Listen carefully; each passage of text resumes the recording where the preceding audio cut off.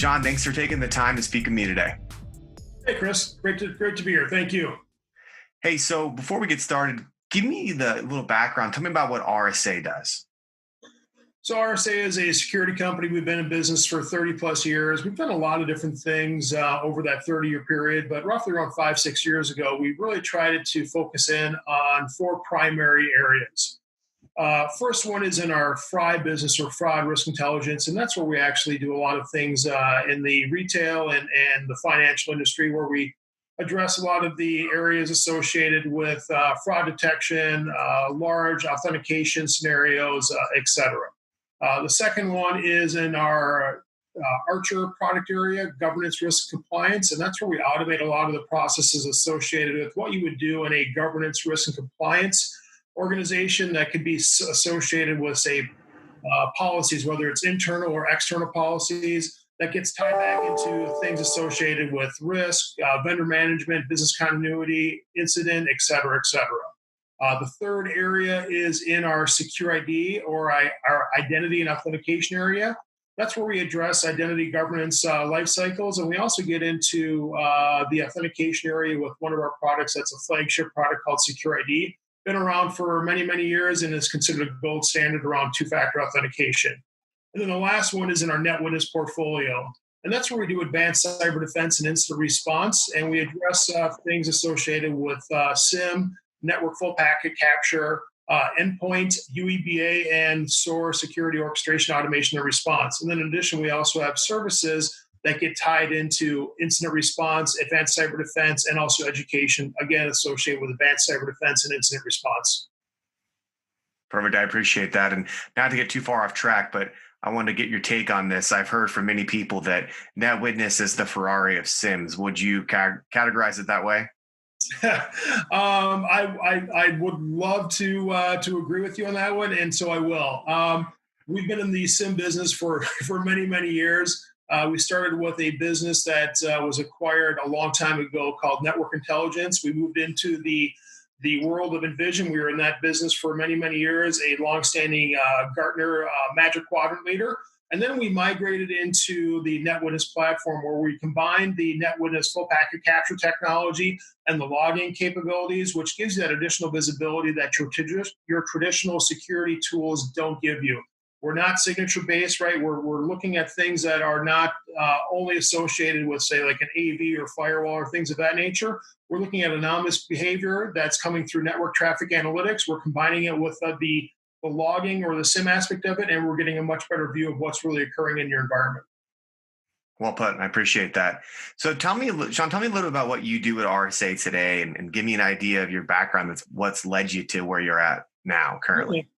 Certainly. I've been with RSA for well over 10 years, covered a variety of different parts of our portfolio and a lot of different parts of our business. Today, my role is that I run Netwitness for the Americas. And back to what I mentioned regarding from Netwitness being part of the four legs of the RSA portfolio.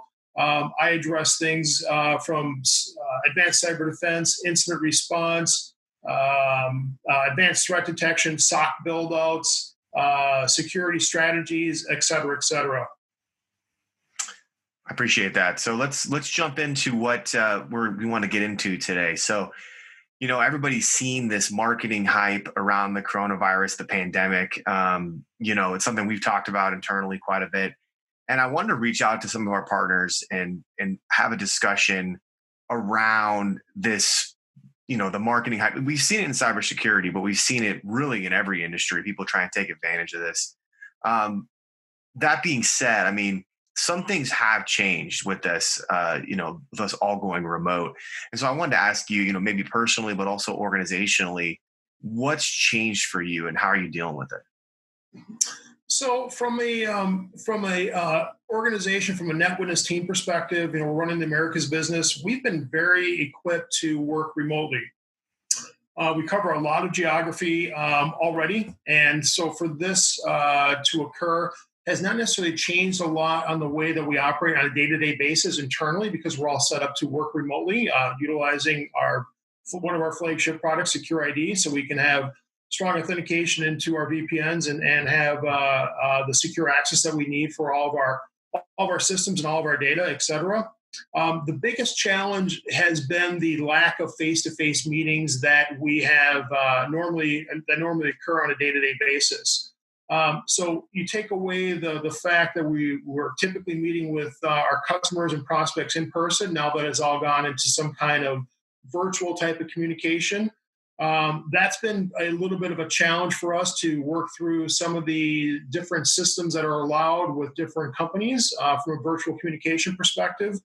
And then also, changing from a lot of those in-person events that we used to do, from marketing events, whether it was a lunch and learn or a user group, those have all turned into webinars. Now, what we have seen regarding those webinars, the attendance on those has probably quadrupled at least for these events, and it's kind of obvious due to the fact we got a lot of our customers and prospects that are now working from home, and they still want to be able to understand what's going on in the business, educate themselves about trends, educate themselves about what is maybe coming down the pipe, and how can we continue to help them. I think if anything else, we've probably had a lot more proactive meetings at a bigger picture level and working more at a higher level within the security organization or within a company. And because of the fact that RSA has a portfolio that can address a lot of critical needs within an organization, we've been able to really address that at a big picture and help them on certain things today, but also look at what is coming down the path for this next wave. We've had this challenge associated with the extending out the work from home, footprints significantly. But then, what do we do next? And that's where the initial response from our customers has been, "Hey, we need to mobilize our workforce, expand it out." But then we need to look at, what do we do to address those future trends that are coming down the pipe. So you started to answer my next question a little bit with that. What my next question is, what are your customers, biggest pain points right now, and what are they doing to address them? Sure, they expanded so quickly. The rapidness on how they had to deploy technology to their additional remote workers has been probably their biggest challenge so far. We've been able to assist them, working with Dell, working with an RSA. We've been able to assist with distribution of hardware, distribution of additional assets to allow them to work remotely in a secure capacity. So that's been probably the biggest thing that we've helped them with today. But also, there's some challenges coming down the pipe for the next wave that we're also presenting and positioning ourselves to assist with.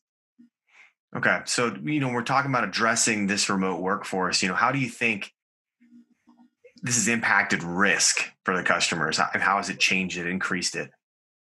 Oh, I think the risk has significantly increased. They've got a lot of additional work from home individuals that are either have a organization or company asset that they have some controls and software in place, or maybe it's a bring your own device type of scenario. There's also a lot of varieties of different connections, whether it's VDI, cloud, internet, VPN, etc., that are new to organizations and individuals, and there's a lot of unknowns on how that's working or how comprehensively has it been deployed within the organization. So that's part of that inconsistency regarding the whole attack landscape or footprint that they have right now. We're also just seeing a lot of that unknown traffic within the organization. With all these additional assets and different ways that people are connecting, there's a lot of anomalous behavior that maybe is appropriate, maybe it's not. And that's where just having that lack of visibility is of concern to a lot of these organizations. Now, are you seeing any trends that they're, with these customers, that they're, how they're mitigating the risk, any do's and don'ts? Sure. I've seen a lot of review and reprovisioning of roles associated with the work from home employee. We've seen an increase in security awareness training, and we've seen some of the phishing simulation scenarios that have increased. Phishing has gone up. I saw one report that said it's gone up in the last month 667%. Obviously, it's a huge opportunity for the bad guys to do bad stuff, and they're taking advantage of it. We're also seeing additional tabletop exercises that are occurring, and validation of what they thought were proper plans around tabletop exercises. I've seen some organizations where they thought the tabletop plan was fantastic. They had executed it previously, but they found it, unfortunately, that it's not what it really needed to be. So there's a lot of review analysis occurring that's being put in place to shore these up, or to maybe even create one at this time. So let's talk about moving forward. With this sudden giant move, not just here in the United States, globally, to going remote. As we get more accustomed to this, how do you see cybersecurity changing? Sure. So I've seen some studies, and we've got some internal information regarding the remote workforce, where it was pre-COVID-19, and roughly there was a couple of studies that said roughly there was on a 25% remote workforce. Right now, we're seeing organizations that are 70, 80, 90+% that are remote workforce. Our anticipated understanding and anticipated level of what that looks like post COVID-19 is probably going to be somewhere around that 50%. So I think what we knew at the norm at roughly 25% of the individuals working remote should probably potentially double, or land somewhere between that 25 and 90-ish%. With that occurring, there's obviously going to need to be some significant changes around controls at the endpoint. There's also going to need to be some continual increases in security awareness training, and then also you're going to need to understand better what's going on within your traffic. There's a lot of unknown variables, a lot of anomalous behavior that's occurring in the network traffic that you need to have some kind of visibility into, because again, of all these unknowns at the endpoint, and also the way that people are connecting to the various assets within their organization. Lastly, the other part that we're seeing right now is an increase in SOAR, security orchestration automation response. We have a lot of capabilities in that area, and we're seeing an uptick in that business because you need to be able to coordinate the security operations, the security analysis of all these different disparate and remote workers, and get them on the same page as you're looking at the analysis of these various security events, security incidents, and what do you do from analysis, a triage, remediation, expulsion type of scenario. So we see that orchestration automation being a very key part of this moving forward also. So, phishing up, more of a focus on endpoints, training, user education being key. Based on all that, how do you see RSA solutions changing in response to this?